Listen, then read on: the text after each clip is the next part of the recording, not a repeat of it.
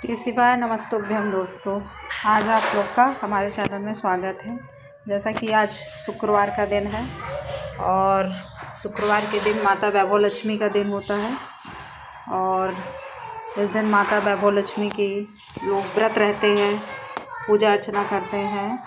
और देखा जाए तो वैभव लक्ष्मी का भी दिन होता है, संतोषी माता का भी दिन होता है। हाँ, जो लोग जिस देवी की पूजा करते हैं उस दिन को उस तरीके से पूछते हैं। और मैं तो अभी तो मैं वैभव लक्ष्मी का व्रत तो नहीं रहती हूँ, लेकिन हाँ, मैंने कई बार वैभव लक्ष्मी का व्रत किया है और बहुत ही भक्ति भाव से किया है और जो मांगा है वो वैभव लक्ष्मी ने मुझे दिया है। और आगे भी मेरा विश्वास है, जो मैं माता रानी से मांगूंगी वो मेरी इच्छा ज़रूर पूरी करेंगी। फ़िलहाल अभी मैं व्रत रहने में समर्थ नहीं हूँ कुछ शारीरिक गतिविधियों की वजह से, लेकिन आगे ज़रूर ये व्रत रहूँगी। मेरी इच्छा है, दिल इच्छा है कि मैं आगे फिर माता रानी का व्रत रखूँ।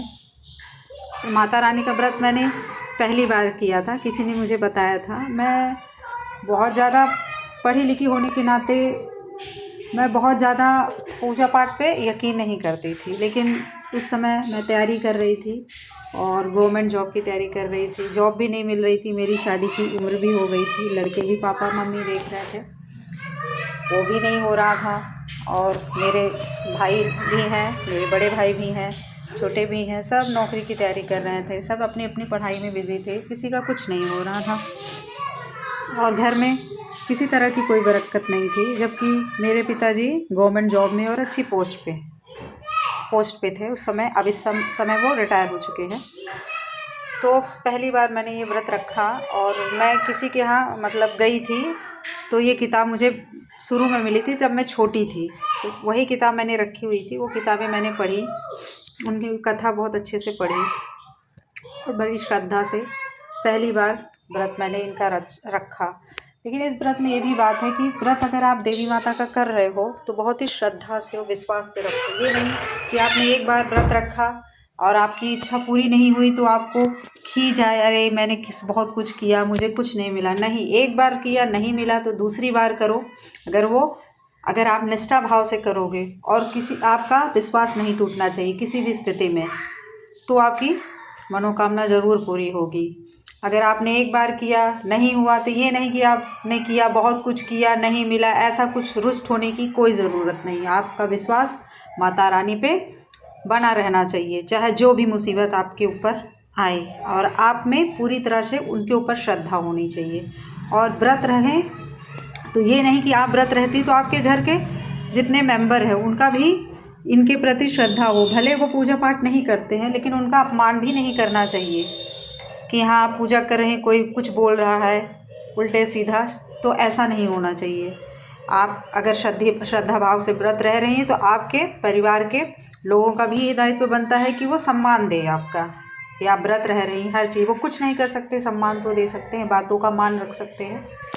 बस यही है, मैंने व्रत रखा। मेरी माता भी मेरे साथ में मैं व्रत रहती तो मेरा काफ़ी सहयोग देती थी मेरे लिए। और मैं दिन में कुछ नहीं खाती थी, सिर्फ चाय पीती थी, मूंगफली वगैरह खाती थी। शाम को मैं खीर का प्रसाद बनाती थी और माता रानी की बहुत अच्छे से पूजा विधिवत करती थी। पाटा बनाती थी, पाटा रखती थी जिसको हम चौकी बोलते हैं, उसके ऊपर लाल कपड़े बिछाकर एक लोटा रखती थी जिसमें जल भरती थी और लोटे के ऊपर स्वास्तिक बनाती थी और लोटे के नीचे चावल के कुछ दाने रखती थी, उसके ऊपर लोटा रखती थी। लोटे के ऊपर एक कटोरी रखती थी और कटोरी के ऊपर आपके पास जो भी सोने या चांदी का कुछ भी हो, नाक की छोटी सी कील हो या कान की बालियाँ हो, जो भी हो। मेरे पास उस समय तो मैं तैयारी ही कर रही थी, कुछ गहने जेवर उस तरह नहीं थे, मैं कुंवारी एक लड़की ही थी, जैसे सभी लड़कियों के पास अमूमन होता है, कान में छोटी सी बाली, नाक में छोटी सी कील, वैसे ही थी।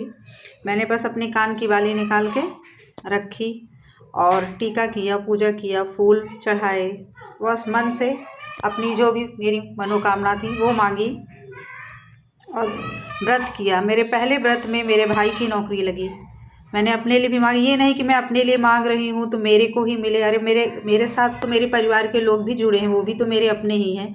मेरी मनोकामना उनके साथ भी तो जुड़ी है, उनका अच्छा मतलब मेरा अच्छा। मेरे भाई की नौकरी मिली, मेरा भाई दरोगा बना।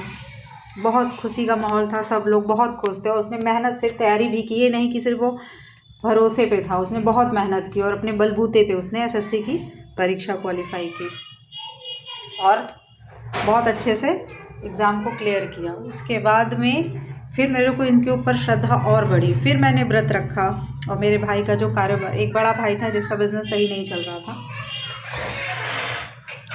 उसका बिज़नेस भी बहुत अच्छे से चलने लगा, कोई दिक्कत नहीं थी, सब कुछ बहुत अच्छे से, घर में हर चीज़ की जैसे बाढ़ सी आ जाती है कहते हैं ना, हर चीज़ की कोई कमी नहीं थी। सब अपने अपने कार्यों में बिज़ी थे, सबको अपना अपना काम मिला था, सब अपना काम, जिसका पढ़ने का काम था वो पढ़ता था, जिसका बिज़नेस का काम था वो बिज़नेस करता, बहुत अच्छे से सब कुछ हो रहा था। फिर मैंने व्रत रखा, फिर उसके बाद भगवान ने, मैं चाहती थी मेरी शादी एक गवर्नमेंट जॉब करने वाले लड़के से हो और मेरी शादी हुई। मेरे हस्बैंड एक सरकारी टीचर हैं और मैंने भी बहुत तैयारी की, एग्ज़ाम की, मेरे को जॉब नहीं मिली। मैंने बहुत मेंस एग्ज़ाम दिया, एसबीआई के पीओ में मेंस दिया, हर चीज़ दिया, नहीं दिया, लेकिन मैं निराश नहीं हुई कि मेरी जॉब नहीं लगी। अरे मेरी नहीं लगी लेकिन मेरा जीवन साथी वो तो नौकरी करता है, यही तो मेरे लिए बहुत बड़ी बात है। कोई ज़रूरी नहीं है कि आप अपने लिए ही मांगो, आपको ना मिले तो आप रुष्ट हो जाओ, ऐसा बिल्कुल नहीं सोचना चाहिए। आपसे जुड़ा हुआ हर इंसान जिसका आपके साथ नाता है, अगर उसका भी भला होता है तो समझो आपका भला हुआ है।